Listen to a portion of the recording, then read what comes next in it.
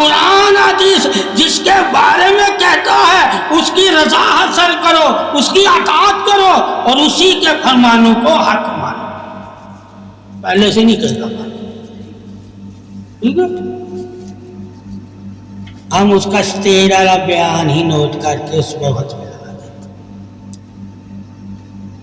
ٹھیک ہے، سمجھ گئے؟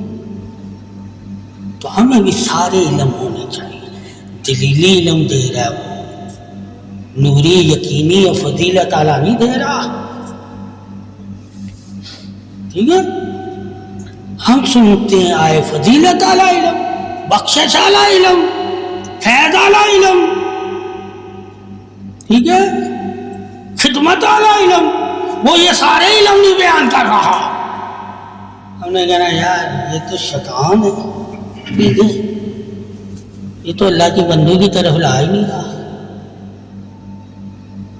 یہ تو کہتا صرف اللہ ہے، صرف اللہ، رسول بھی کچھ نہیں. ٹھیک ہے، کیوں نہیں کچھ بھی؟ اس نے قرآن پڑھ کے سنا دیا. کیا سن کے؟ ٹھیک ہے، اب قرآن میں کہا میں بھی کچھ نہیں ہوں. کیا؟ میں بھی کچھ نہیں کر سکتا، میں کسی کو ہدایت نہیں دے سکتا، میں کسی کو برائی سے نہیں روک سکتا.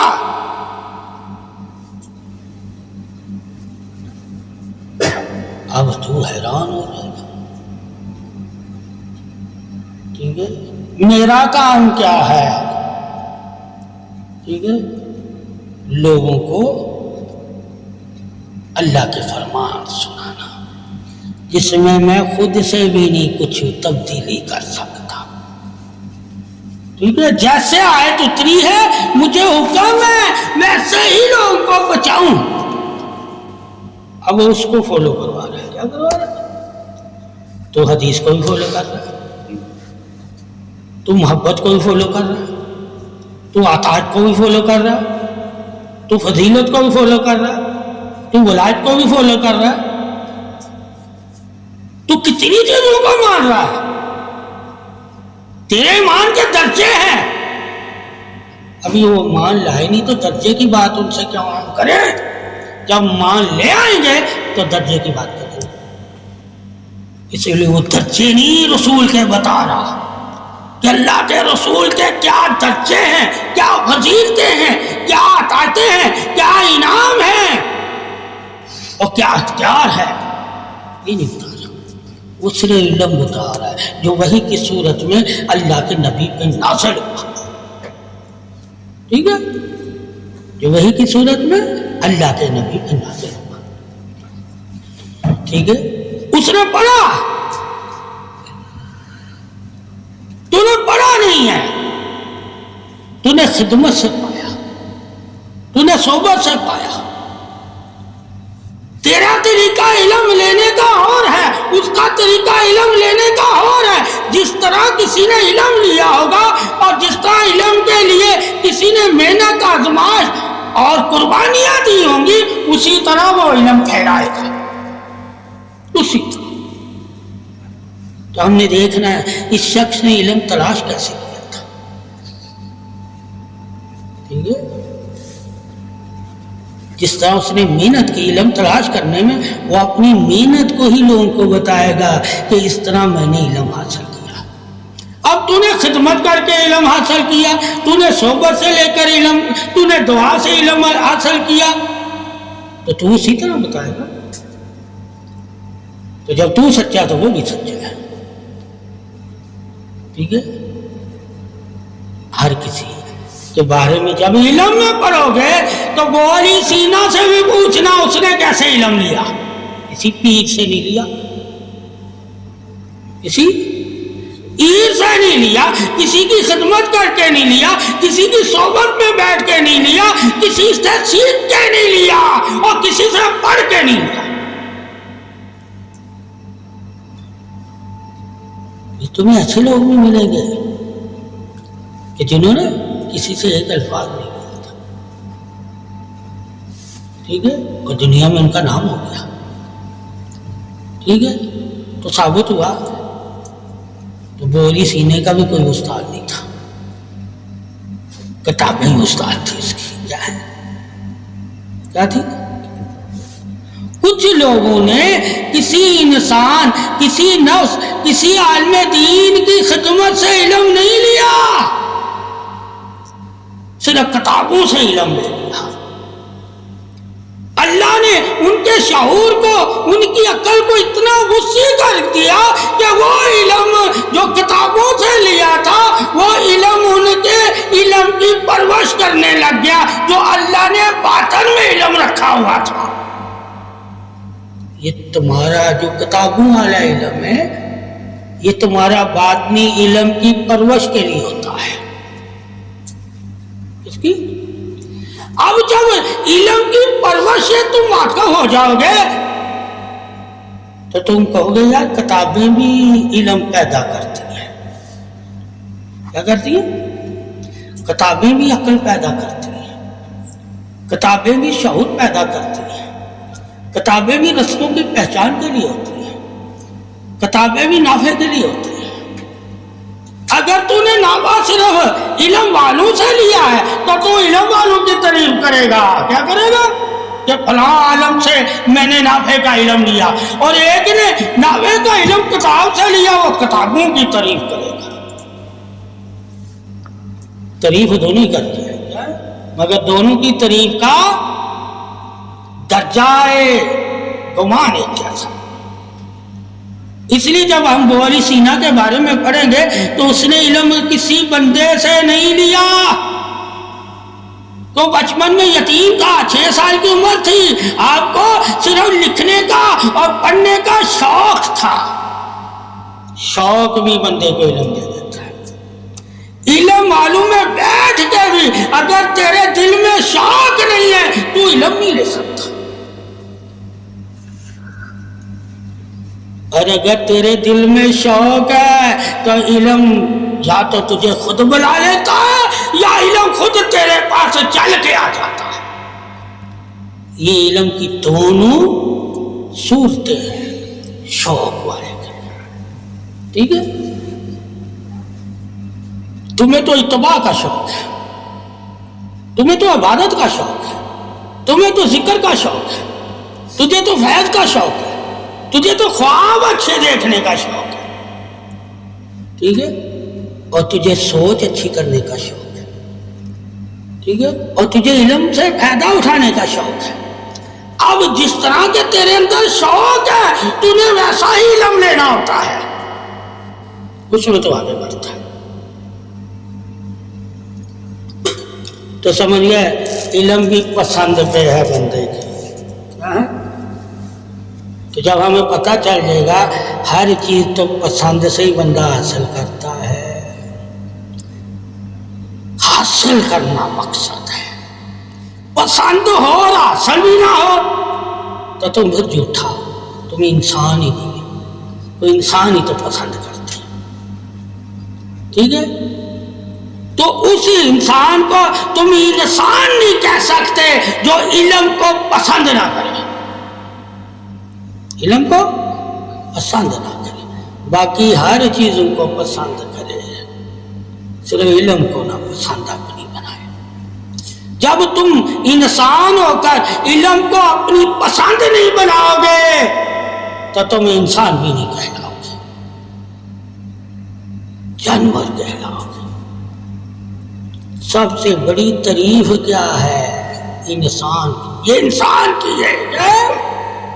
پہلے انسان کی تعریف سے واقف ہو، انسان کی تعریف اللہ نے علم سے کی ہوئی ہے، اور ایمان والے کی تعریف اللہ نے عطا سے کی ہے، یعنی نور سے۔ دونوں تعریفیں علیحدہ ہو جائیں گی، ٹھیک ہے؟ اور پھر دونوں کی سوچوں کا فرق بھی تو جان جائے گا۔ جب دونوں کی سوچوں کا فرق تو جان جائے گا تو پھر فتویٰ نہیں تو لگائے گا، فرق کر کے بتائے گا بس، ٹھیک ہے؟ اب فرق کر کے بتانا اور فتویٰ لگانا دونوں میں فرق ہے۔ فتویٰ کیا ہے؟ فرق کیا ہے؟ لگاؤ یا نہ لگاؤ، فرق کر کے بتا دو، سمجھو فتویٰ ہو گیا۔ کیا ہو گیا؟ کہ فتویٰ لگانے کی اجازت ہی فرق کے لیے تھی، تاکہ لوگوں کو پتہ چل جائے کہ شرع اعلیٰ دین کون سا ہے، ٹھیک ہے، سلامتی اعلیٰ دین کون سا، علم کون سا ہے، ٹھیک ہے، اور عام نافع والا علم کون سا ہے۔ جب عام نافع والے علم کی بات کرو گے تو وہاں فتویٰ نہیں لگا سکو گے، وہ سب کے لیے، اور جب دین کے علم کی نافع کی بات کرو گے تو وہ صرف نور والوں کے لیے، نور جو ایمان کا نور رکھتے ہیں اللہ انہیں آخرت میں نافع والوں میں شامل کرتے ہیں، اور جو ایمان کا نور نہیں رکھتے دنیا میں وہ نافع تو حاصل کر سکتے ہیں، وہ دنیا کے نافع کے لیے علم جو لے رہا ہے اسی علم کے بارے میں بھی تو نے نفرت نہیں کرنی، کیا نہیں کرنی؟ اس لیے اللہ کے نبی کی شان عظمت رسالت ہی یہ ہے کہ نفرت کو مٹا دینا۔ رسول بھیجا کیوں تھا اللہ نے؟ تمہیں علم دے تاکہ تمہارے اندر ہی نفرت ختم ہو جائے۔ نفرت جہالت کو کہتے ہیں، کیا ہے؟ علم رکھ کے بھی اگر تیرے دل میں نفرت ہے اللہ تعالیٰ تیری عبادت نہیں قبول کرتا، ٹھیک ہے؟ کہاں عبادت کس کی قبول کرتا ہے؟ جن کے دلوں میں نفرت نہیں ہوتی، علم ہوتا ہے، کیا ہوتا ہے؟ علم ہوتا ہے، نفرت نہیں ہوتی، ٹھیک ہے؟ تو علم کا سب سے بڑا کارنامہ کیا ہے؟ حقوق بتانا۔ حقوق رکھنے والا نفرت کرے گا تو حقوق نہیں ادا کرے گا۔ نفرت حقوق ادا کرنے سے تمہیں روک لیتی ہے، اور علم حقوق ادا کرنے پہ تمہیں قائل کر کے، ٹھیک ہے، حقوق والا بنا دیتا ہے، اور حقوق سے ہی محبت ایمانی کا پتہ چلتا ہے۔ اگر تم ایمان رکھ کے بھی حقوق کو بھول جاتے ہو تو اللہ تمہیں اس حقوق کے بھولنے پہ سزا دے گا۔ تو ایمان والا بھی مجرم ہو جاتا ہے جب وہ حقوق نہیں ادا کرتا، ٹھیک ہے؟ تو علم کی عظمت سے واقف ہونا چاہیے۔ پھر علم لیا کس طریقے سے، کس نے ہے؟ وہ کتابیں پڑھو، کیا پڑھو؟ کہ ابن سینا نے کیسے علم لیا، ٹھیک ہے؟ بادشاہ کی بیٹی بیمار ہے، بادشاہ نے اعلان کیا کہ جو میری بیٹی کا علاج کرے گا وہ جو مانگے گا میں اسے دوں گا۔ وہ چھوٹے تھے، کیا تھے؟ انہوں نے جا کر بادشاہ کو کہا، اس وقت بادشاہ سے ہر کوئی مل سکتا تھا، اب والے بادشاہ نہیں تھے، اس وقت آبادی بہت کم ہوتی تھی، بادشاہ ہوتا تھا، ٹھیک ہے؟ تو بچے کا اعلان سن کر بچہ پہنچ گیا، اس نے کہا کیسے علاج کرو؟ وہ جڑی بوٹیوں خود ہی جنگل سے ڈھونڈتا تھا، تجربے کرتا تھا، کیا کرتا تھا؟ تجربہ ہے اصل عظمت انسان کی۔ اگر علم لے کر وہ تجربے نہیں کرتا، وہ علم اس کے لیے علم تو ہے مگر دوسروں کے لیے نافع نہیں بنے گا۔ علم سے اگر تو دوسروں کو نافع دینے والا بننا چاہتا ہے تو علم سے تو تجربے کیا کر، اور جو کامیابی ہوگی نا وہ سب کے لیے ہوگی۔ تیری کامیابی سے پھر سب فائدہ اٹھائیں گے۔ علم تجھے جب کامیابی دے گا تو تم کامیاب لوگوں میں شامل ہو جاؤ گے، پھر انہی کے نام لکھے ہوئے ہیں کتابوں میں کہ یہ اپنے دور کے کامیاب لوگ تھے۔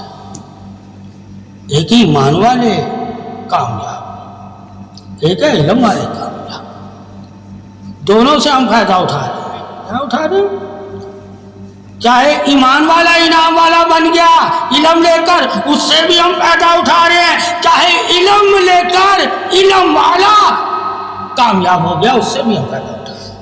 جب مولویوں کو یہ پتا چلے گا کہ ہم دونوں کے علم سے فائدہ اٹھا رہے ہیں تو پھر برا کس کو چاہیے؟ جو برے ہیں تو ان کی چیزوں سے فائدے بھی نہ اٹھاؤ. ٹھیک ہے؟ تم نے پھر قرآن میں کیا پڑھ لیا؟ نفسوں سے فائدے اٹھا جو تمہارے لیے بڑے کے نفس ہیں. تو یہ سارے مولوی سائنس کو سے کیوں فائدے اٹھاتے ہیں؟ اس میں انہیں بھلا نظر آتا ہے. کیا ہوتا ہے؟ اگر اس میں بھلا نہ نظر آئے، جو برا آتا ہے اس کے بارے میں بول دیتے ہیں. تو یہ چیزیں نہیں ہونی چاہیے. ٹھیک ہے؟ نفس کی برائی بھی بول دیتے ہیں اور نفس کی اچھائی بول دیتے ہیں. ٹھیک ہے؟ تو کہا پھر اس سے ثابت ہوا انہوں نے اچھے اور بروں کے لیے کام کیا. کیا کیا؟ اچھے اور بروں کے لیے کام کیا. یہی تو دلیل ہے اللہ کی کہ اللہ بھی اچھے اور بروں کے لیے کام کرتا ہے. وہ نہیں دیکھتا اچھا کون ہے برا کون ہے. ٹھیک ہے؟ دنیا میں وہ دونوں کا رب ہے، دونوں کا رازق ہے، دونوں پہ اپنی رحمت کرتا ہے. ٹھیک ہے؟ چاہے نور والا ہے چاہے کوئی نور والا نہیں ہے. ٹھیک ہے؟ اس سے ثابت ہوا اللہ کے ساتھ سے اگر دیکھے جائیں نظام سے تو اپنے نظام سے وہ اپنی مخلوق کو فائدہ دے رہا ہے. یہ نظام والے لوگ ہوتے ہیں. کیا ہوتے ہیں؟ اور نور والے لوگ کیا نظام والے لوگوں کے نافع کا منکر ہوں گے؟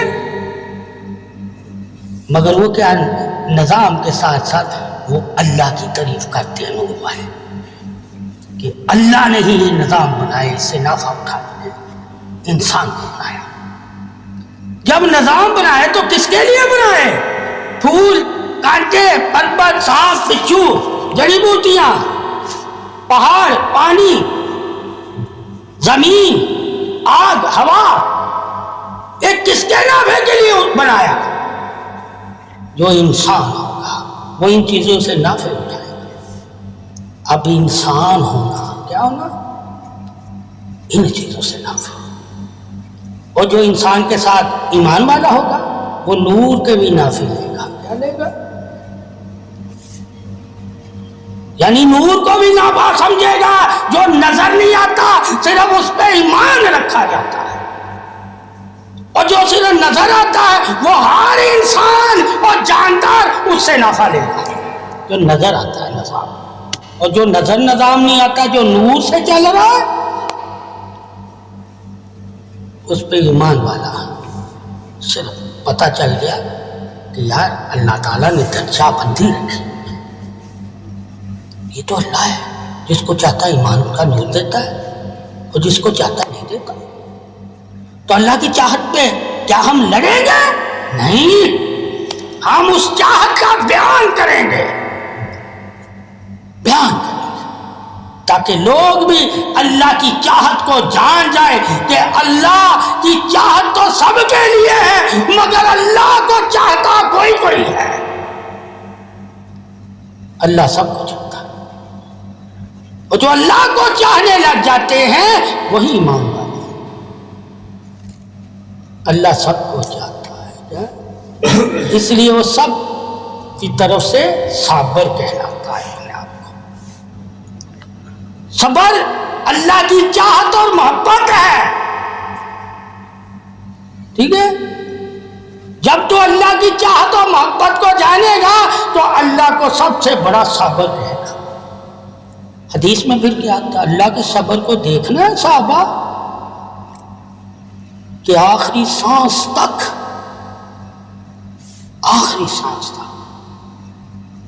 وہ صبر کرتا ہے کہ بندہ ابھی مان لے آئے، ابھی مان لیا، ابھی مان لیا. میں اس کے گناہ نیکیوں میں بدل دوں گا اور اسے نیک لوگوں میں شامل کر دوں گا. یہ اللہ کی محبت ہے اپنے انسانوں کے ساتھ. یہ انسانوں کے ساتھ، چاہے وہ کافر ہے، چاہے وہ منافق ہے، چاہے سرکش ہے. یہ اللہ کی محبت کیا ہے؟ دعوت عالی. کیا ہے؟ کون سی محبت ہے؟ دعوت والی. ایک ہے محبت دعوت لے کر ایمان میں داخل ہونے والا. اب تو جن کو دعوت دے رہا وہ تو مرضی سے آئیں گے نا. کسی کا دل مانے گا تیری دعوت کو قبول کر کے آئے گا. تو یہ جو سیکولر قسم کے علم والے ہوتے ہیں یہ دعوت دے رہے ہوتے ہیں اور تم اتباع کروا رہے ہوتے ہو. سنتیں تم نے سنتوں کا بیان دینا ہے. کیا دینا؟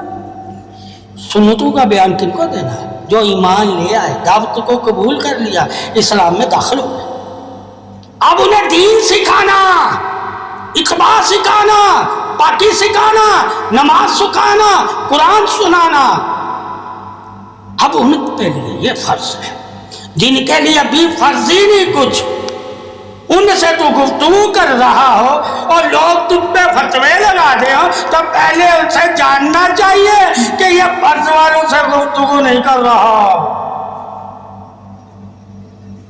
ٹھیک ہے؟ تو پھر تم فتویٰ نہیں اس پہ کبھی لگاؤ گے. ہاں فرض والوں سے گفتگو اگر ایسی کر رہا ہے تو وہ پھر فرض والوں کو اسلام میں داخل ہی نہیں سمجھتا. جو اسلام میں داخل ہو گئے دعوت قبول کر کے ان کے لیے گفتگو کا انداز بدل گیا. ٹھیک ہے؟ اور جنہوں نے دعوت قبول ہی نہیں کی یعنی ایمان ہی نہیں لائے اس دعوت کی وجہ سے ان کے لیے گفتگو کا انداز وہی ہوگا جو کر رہا ہے. تو گفتگو کے درجے بھی انسان کو معلوم ہونے چاہیے. اللہ تعالیٰ نے گفتگو کے بارے میں بھی لکھا ہوا ہے کہ جب ماں باپ سے گفتگو کرو کہ کس انداز سے کرو, جب نبی سے گفتگو کرو کس انداز سے کرو, جب ولی سے گفتگو کرو کس انداز سے گفتگو کرو, اور جب بیوی اور بچوں سے گفتگو کرو تو کس انداز سے کرو, اور جب دوستوں سے گفتگو کرو تو کس انداز سے, اور جب کافروں اور ظالموں سے گفتگو کرو تو کس انداز سے. گفتگو کرنا منع نہیں ہے اگر سنتے ہیں لوگ. کیا سنتے ہیں لوگ؟ اب سننے والے سے آپ نے گفتگو کرنی ہے.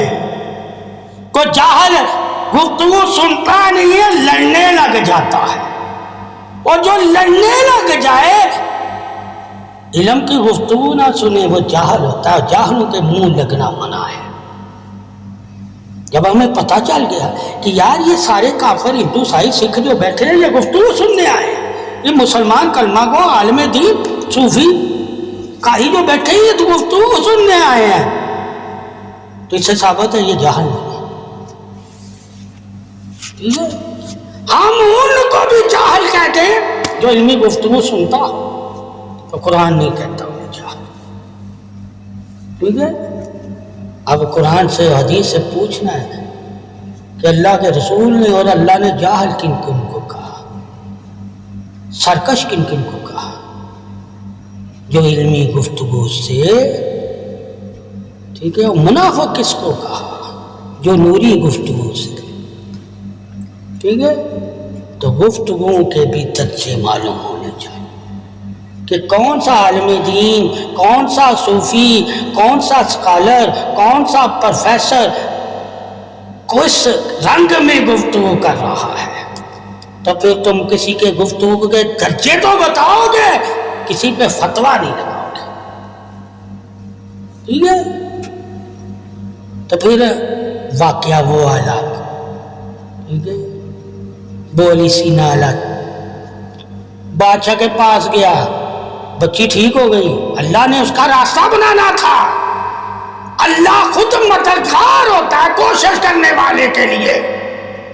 وہ کوشش ہندو کرے, عیسائی کرے, سکھ کرے, مسلمان کرے, پرندہ کرے, اللہ نے سب سے وعدہ کیا ہے میں اسے دوں گا,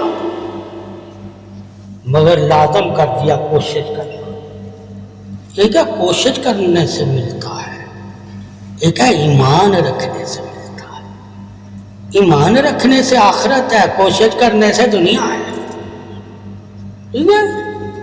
ایک ایمان کے لیے کوشش کرتا ہے کہ ایمان میں آگے نکلوں, میں علم میں آگے نکلوں, میں قوت مالی میں آگے نکلوں، وہ سب کی کوشش لگا دے گا۔ اب تو نے ان کو دیکھنا ہے جس کام میں انہوں نے کوشش کی اسی کام میں وہ کامیاب ہوں گے، ٹھیک ہے؟ تو کامیابی کا جو چہرہ ہے وہ کس کے اوپر ہے؟ کوشش کے اوپر۔ اور کوشش کو اسلام کیا کہتا ہے؟ جہاد۔ اسلام کیا کہتا ہے؟ جہاد، ٹھیک ہے؟ تو ثابت ہوا ہر بندہ ہی جو انسان ہے یا جانور ہے جہاد کر رہا ہے، مگر جہاد کی قسمیں کیسی ہیں؟ سب سے افضل جہاد کیا ہے؟ کہ اپنے نفس کے ساتھ کرنا، ٹھیک ہے؟ وہ بھی جہاد ہے، ٹھیک ہے؟ اور جو کافر کے ساتھ جہاد ہے وہ بھی جہاد ہے، ٹھیک ہے؟ اب جہاد کی قسمیں ہیں، کیا ہے؟ یہ جہاد دو ہے، ٹھیک ہے؟ ایک معاشرے میں نفس کے ساتھ، ایک جہاد میدان کافر کے ساتھ۔ اس سے ثابت ہوا کافر سے میدان میں لڑتا جاتا ہے، معاشرے میں کافر سے بھی نام نہیں لڑنا۔ آج جہاد معاشرے میں آ گیا ہے، آبادی میں۔ جب آپ آبادی میں جہاد لے آئیں گے تو نفس سے جہاد کوئی نہیں کرے گا، ٹھیک ہے؟ اب مال سے جہاد ہو رہا ہے، کیا ہو رہا ہے؟ جس کے پاس مال ہوگا، طاقت ہوگی، عوام ہوگی، وہ جہاد کر رہے ہیں، مگر نفس سے جہاد کے لیے ساری چیزیں نہیں چاہیے بندے کو، صرف اللہ کی مدد چاہیے۔ کیا چاہیے؟ اس مدد سے وہ نفس سے جہاد کر سکتا ہے، مگر کافر سے جہاد کرنے میں صرف اللہ کی مدد ہی نہیں، ہتھیار بھی چاہیے۔ کہا جہادوں کی قسمیں بتا دی گئی۔ اب نفس کے جہاد کے لیے دعا نہیں چاہیے، مگر کافر کے جہاد کے لیے دعا بھی چاہیے آپ کو، صفت صلات بھی چاہیے آپ کو، مگر نفس کے جہاد کے لیے آپ کو صفت صلات نہیں چاہیے، آپ نے خود کرنا ہے، ٹھیک ہے؟ تو یہ جاننا پڑتا ہے کہ انسان گفتگو میں کس درجے کی گفتگو کر رہا ہے، وہ بنیادی گفتگو کر رہا ہے، وہ حقوقی گفتگو کر رہا ہے، وہ پہچانی گفتگو کر رہا ہے، ٹھیک ہے؟ وہ دلیلی گفتگو کر رہا ہے، وہ نفع والی گفتگو کر رہا ہے، وہ نور والی گفتگو کر رہا ہے، وہ اطاعت والی گفتگو کر رہا ہے، وہ رضا والی گفتگو کر رہا ہے، وہ خدمت والی گفتگو کر رہا ہے، وہ عظمت والی گفتگو کر رہا ہے، وہ قدر والی گفتگو کر رہا ہے، وہ آثار والی گفتگو کر رہا ہے، وہ تحمل والی گفتگو کر رہا ہے، وہ توکل والی گفتگو کر رہا ہے۔ کون سی وہ گفتگو کر رہا ہے؟ اسی گفتگو کے حساب سے اس کی تو نے تعریف کرنی ہے، اسی گفتگو سے۔ اس لیے کہا گیا کہ جو انسان کے دل میں ہوگا وہی زبان پہ آئے گا، اور جو زبان پہ آئے گا اسی کے دل کی دولت ہے، یعنی کہ اس کا علم ہے، اسی سے صاحب سے تو نے اس کو عزت دینی ہے۔ کیا دینی ہے؟ تو ثابت ہوا زبان ہی عزت ہے، اور جس انداز سے، جس علم سے وہ زبان کو چلا رہا ہے یا اس زبان سے تجھے بتا رہا ہے، اسی بتائے ہوئے طریقے سے ہی وہ اتنا ہی عزت والا ہے۔ بس عزت والا پھر تم اسے سمجھو گے، فتویٰ نہیں لگاؤ گے کہ وہ درجہ عزت کا تو جان گیا کہ اس کا صرف نفس ہی عزت والا ہے، یہ ایمانی عزت کا قائل ہی نہیں ہے، یہ ادبی عزت کا قائل ہی نہیں ہے، یہ صرف نفسی عزت کا قائل ہے۔ اس لیے مولا علی کرم اللہ وجہ الکریم نے بھی یہ کہا کہ بندے کے نفس کی خصلت دیکھ کے اس کی تعریف کیا کرو اور اسے عزت دیا کرو۔ اب اللہ کے نبی اور علی مولا نے یہ نہیں کہا کہ نور دیکھ کے تم تعریف دیا کرو، نور والوں کا نور دیکھ کے، نفس والوں کا نفس دیکھ کے عزت کرنا فرض